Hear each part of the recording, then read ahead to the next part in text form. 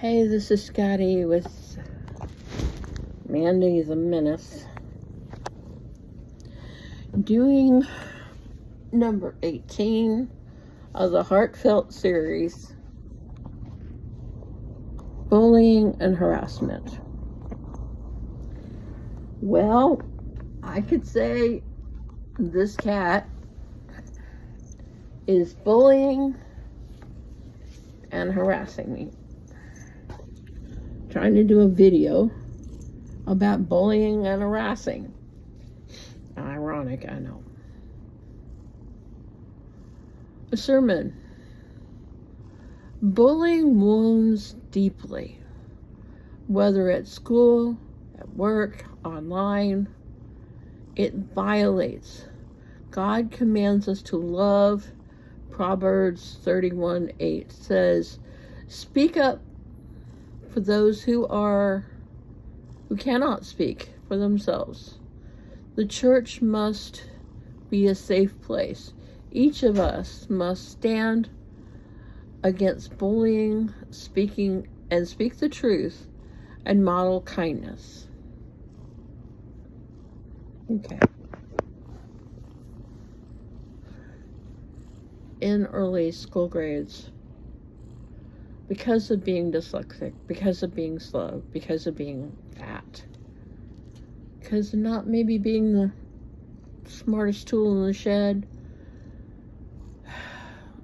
or perceived that way at least, I was bullied. I was called fatso.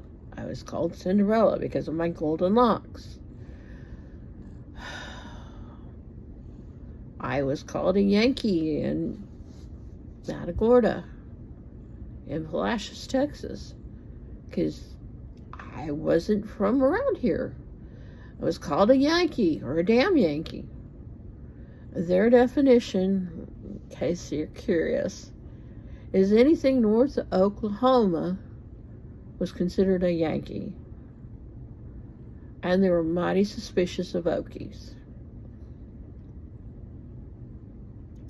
Now, an Oklahomian, unless they really are from Okie, from Muskogee, sometimes take offense in being called an Okie. Okay? But remember, these are people from Palacios, Texas that live on the Gulf Coast of the Gulf of Mexico in Texas.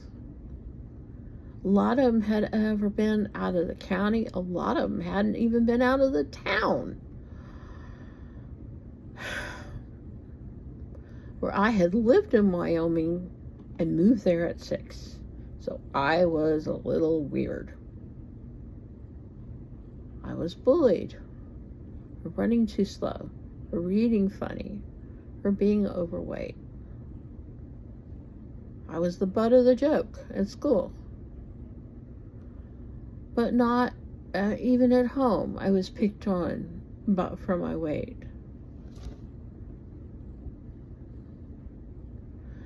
I hurt my self-esteem a lot. Really, really did. And I prayed for help. And I prayed for help for dealing with it. And it eventually went away. My mom's bullying me about my weight lasted longer than any of the rest of it.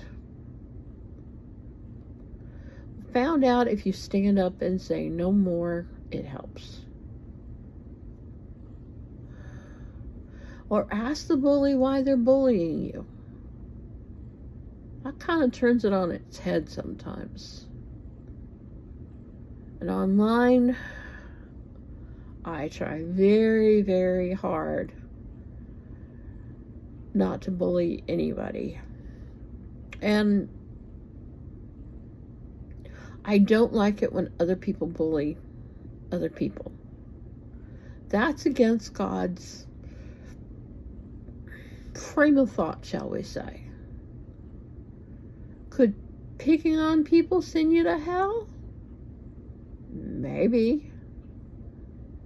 Be much better to be their friends, or at least ignore them altogether.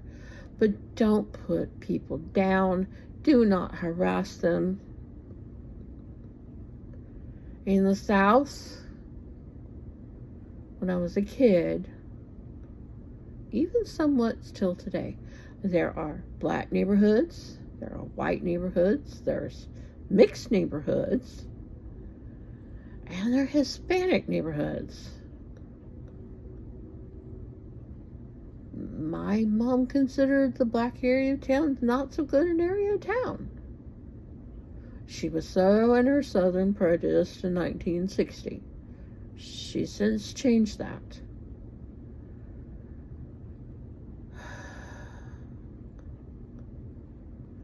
A lot of whites in the South think they're better than everybody else. Having met some blacks and gone to school with some blacks, my daughter going to school with some blacks,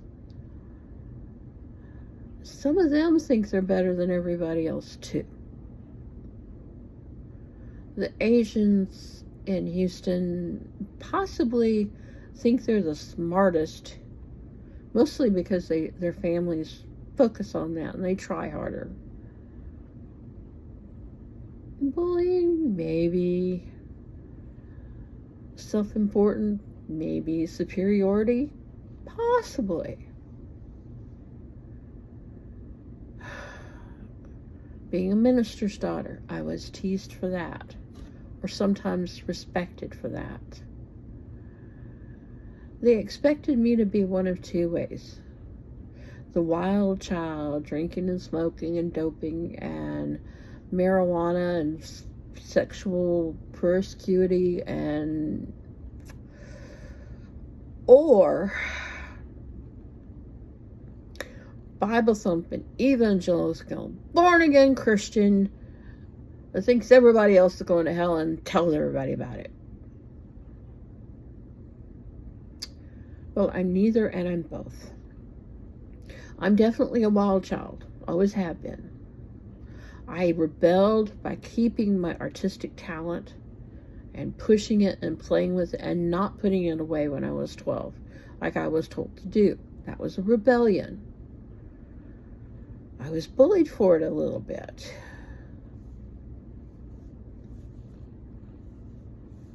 To this day, I'm still fighting my dyslexia.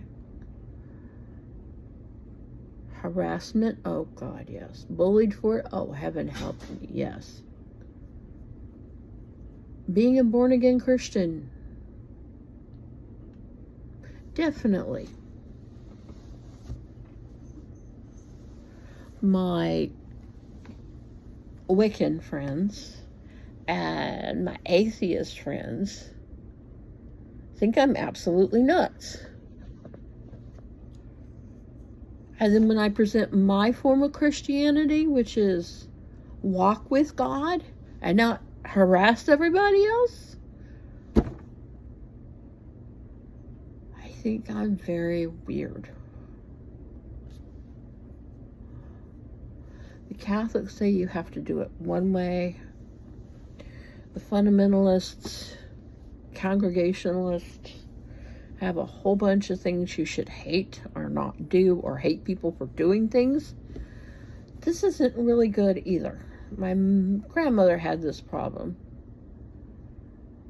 and we both decided not to do alcohol.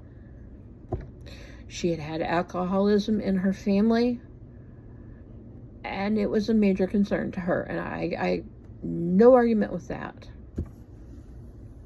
But her church said, do not even touch it. We're here in the Episcopal Church, we drink alcohol. Every Sunday, every communion, we have alcohol. And sometimes the Baptist and sometimes the Catholic would bully me because I wasn't either one. I was just this weird Episcopalian. Ugh. Catholic would start talking about their baptism parents, their godparents. Well, Episcopal Church has godparents. I knew what they were talking about. Maybe not to the same extent, but I could translate that to the Baptists who had no idea what godparents were. So because the Episcopal Church is somewhere in between, and our high, illustrious founder of our church was Henry VIII, who wanted a divorce.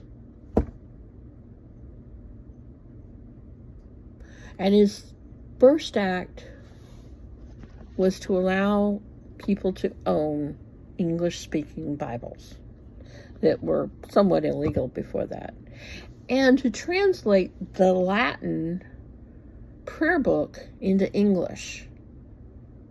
Ooh, radical. They were not extremely scholarly, and the translations were not necessarily up to modern par, but at least they were somewhat in English. And all of a sudden, Englishmen could read the Bible.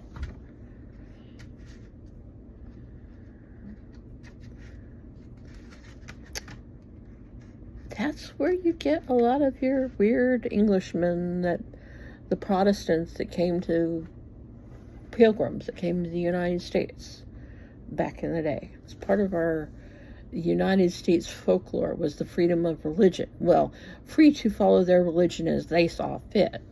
Other colonies followed their religion as they saw fit. Freedom of religion, not quite yet.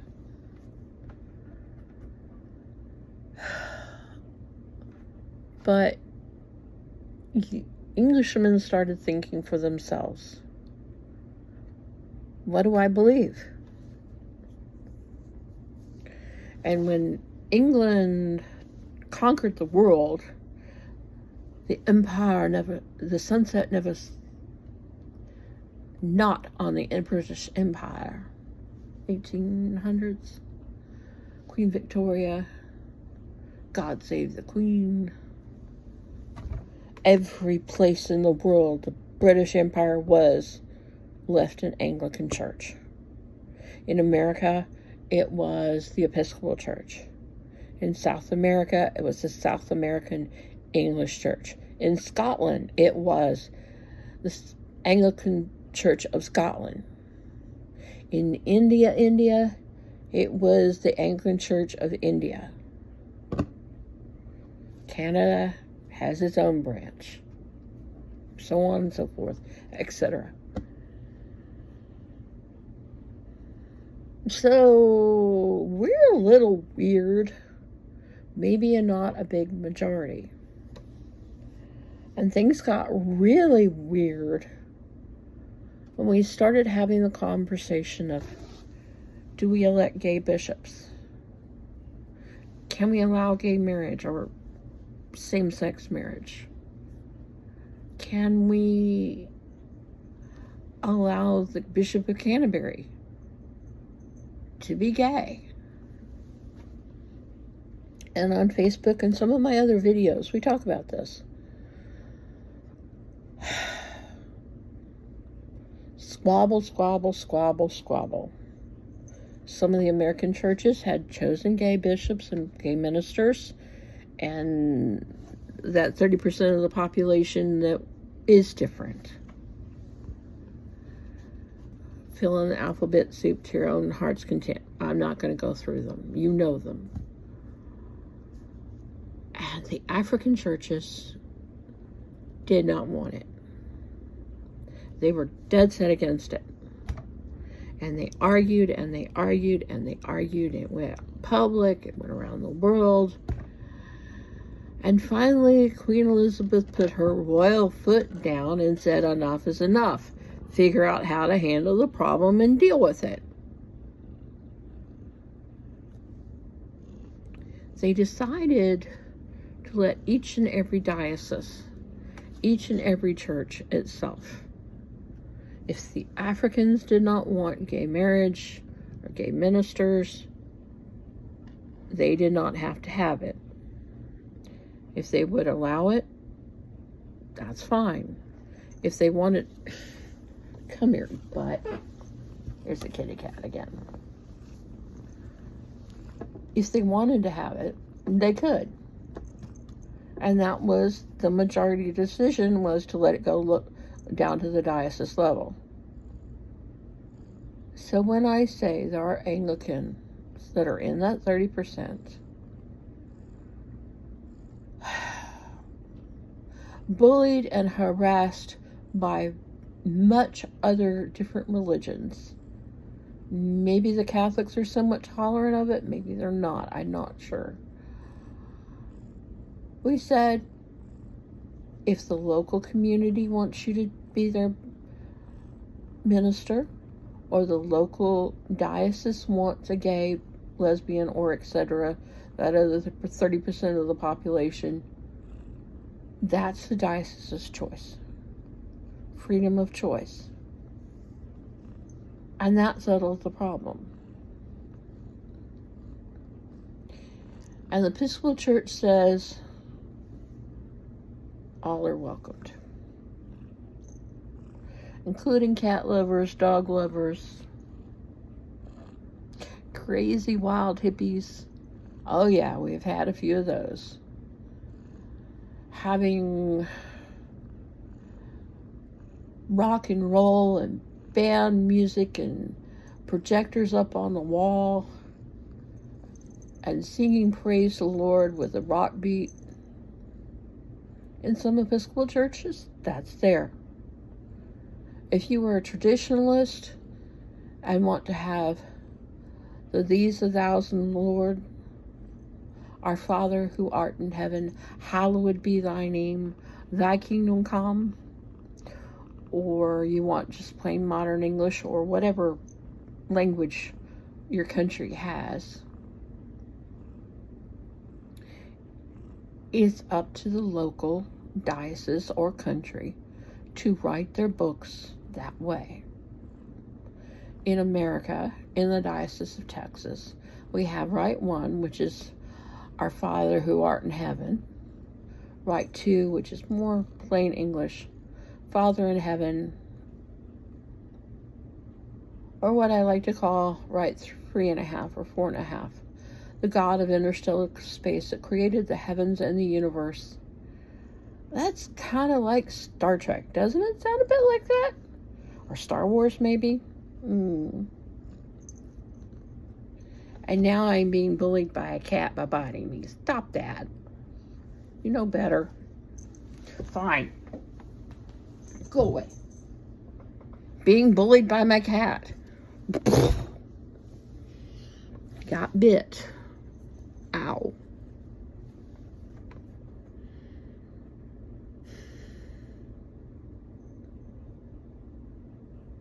Stand up to a bully. If they fight you, hit them back hard. If they know karate, go and take karate lessons and chop them up.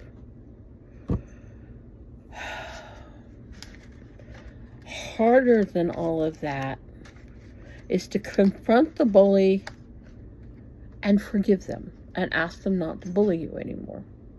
That's actually worked twice for me. If the environment is too toxic, leave. Get a different job, go to a different school, do something else. Ask them to tell them to quit bullying you, that it's not tolerated, and you're going to call them out every time they do, and report them every time they do. Do it safely. If your life is in danger, get out of the situation. Don't wait, just go. Pack your suitcase or walk away. Whatever is required.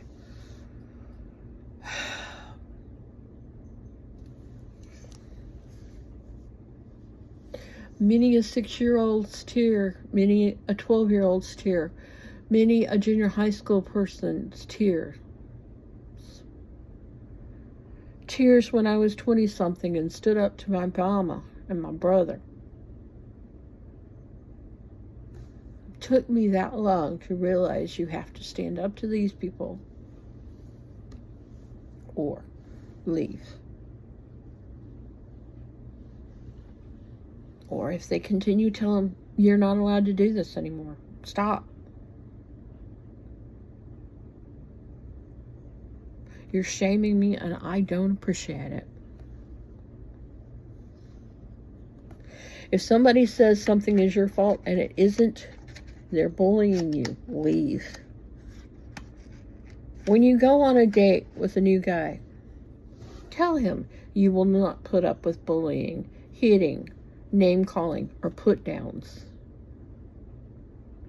The ones that are going to do that to you, that's it. They're gone. They'll leave you alone.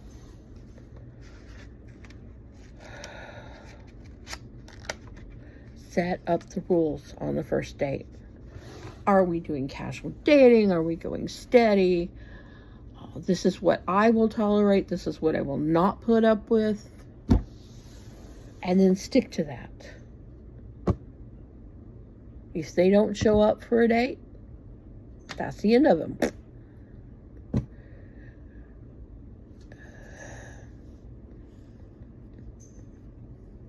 Walk out if you have to. Find a woman's shelter or a men's shelter if you need it. Get out of the situation.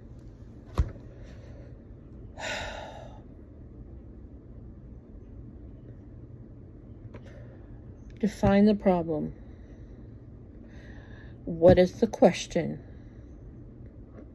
And then brainstorm on ways of solving the problem or problems. And then pick one or two or three. And then start walking with God's love, with God's protection. Start dealing with it. And sometimes it's really, really hard. Try to forgive. Do not tolerate it being done to you again, or at least point it out every time that they do, minimally. Try not to get stuck with somebody who does this to you.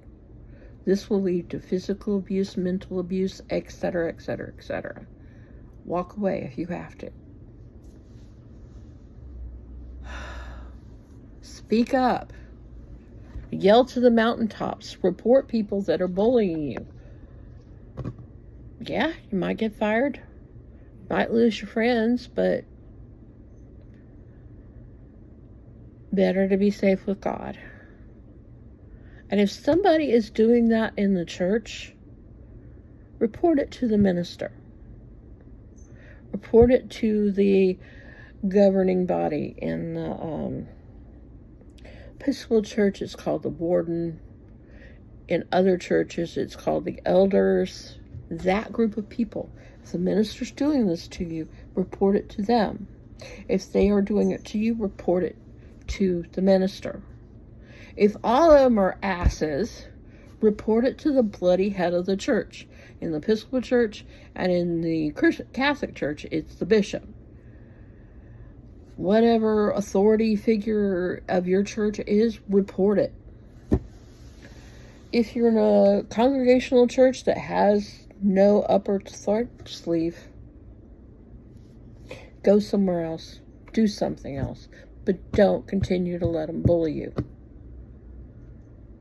You are so precious. And if it continues, if you stay, bring it to everybody's attention. Stand up and start telling everybody that the minister is harassing you, or the vestry is harassing you, or Joe Blow is trying to get up your ass. Whatever it is, don't stay silent. If you have been abused as a child, report it to the bishop, to the bishop's boss, to the congregation of members of the hierarchy of your church, whatever it is, report it. And the worst case scenario is report it to the police and walk away from that church. Go somewhere else. Come to the Episcopal church. We'd love to have you. And I promise you, Episcopalians will not post on Facebook like this one idiot did. The minister marrying two gay guys, they're going to hell, and the minister's going to hell. No, probably the person that posted that is going to hell.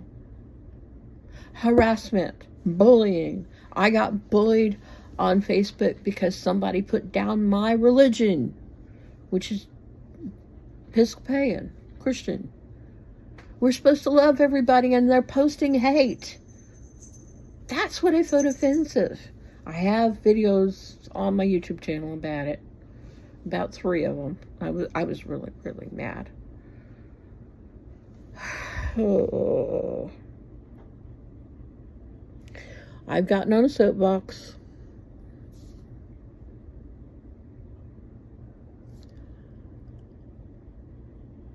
May you know your worth. Stand tall in God's truth. Stand up. Tell people if they're shaming you to stop. That's not allowed. If they continue every time they bring it up, you say no more. Embarrass them if you have to, but tell them it's not allowed. If you've done something stupid and you've hurt somebody, apologize. If somebody's done something stupid to you, forgive them and move on. Don't hold on to the hate. Hate, harassment, bullying, they all kind of go together. You learn to hate the people that are doing this crap to you. Better to get away, stand up to them, or leave. Rat them out to a higher authority, to the group that is responsible for that particular organization. If a friend keeps doing this, stop. Block them on Facebook. Block them on your phone. Never go to their house again. If there's a party that they will be there and they start doing it, you stand up in front of everybody and say, no, you're not allowed to do that. You're insulting me, and I will not tolerate it. I'm calling you an insulter. That joke was not funny. You insulted me. You harassed me. You say it publicly and loudly, courteously. And basically say, you're not allowed to shame me. You're not allowed to hurt me. You're not allowed to punch me, mentally, physically, or emotionally. And if this person continues, discard them from the group, or discard yourself from the group. Find somewhere else. Find your community.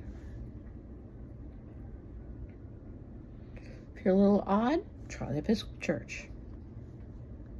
All are welcome.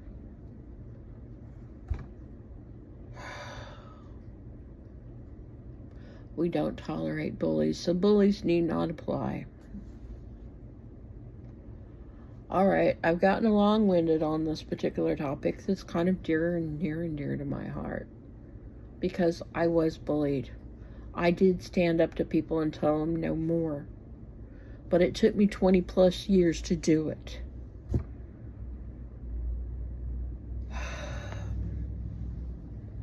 I discovered by accident,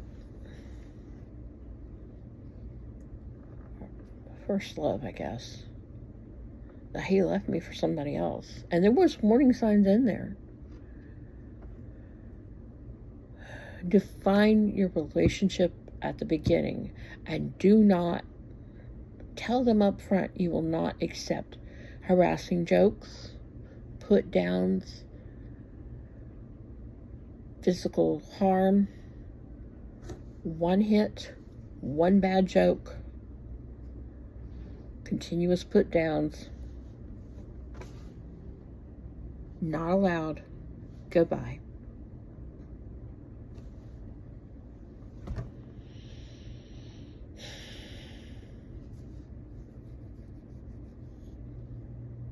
If you're in the situation, come up with an exit strategy.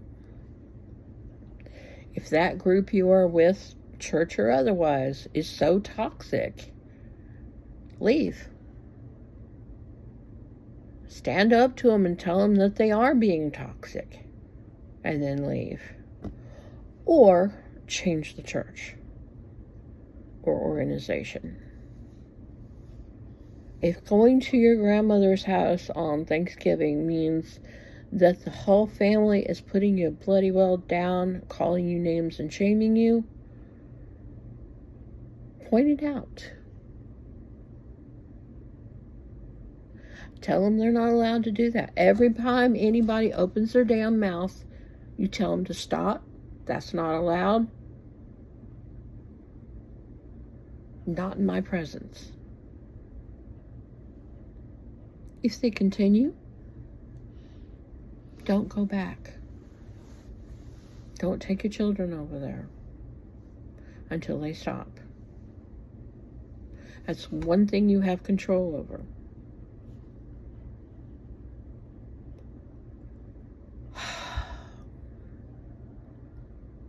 God bless you. God keep you. God loves you with all their heart.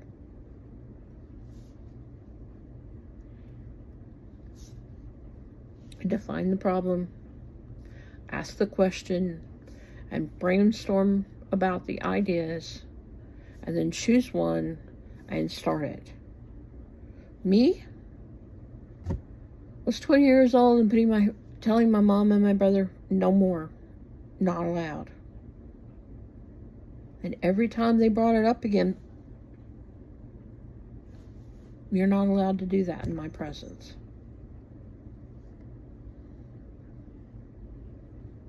My brother took once. My mom was a work in progress. God bless you. God keep you. Stand up for yourself. When somebody's doing something stupid, point it out to them politely. If you have to forgive an idiot, forgive them.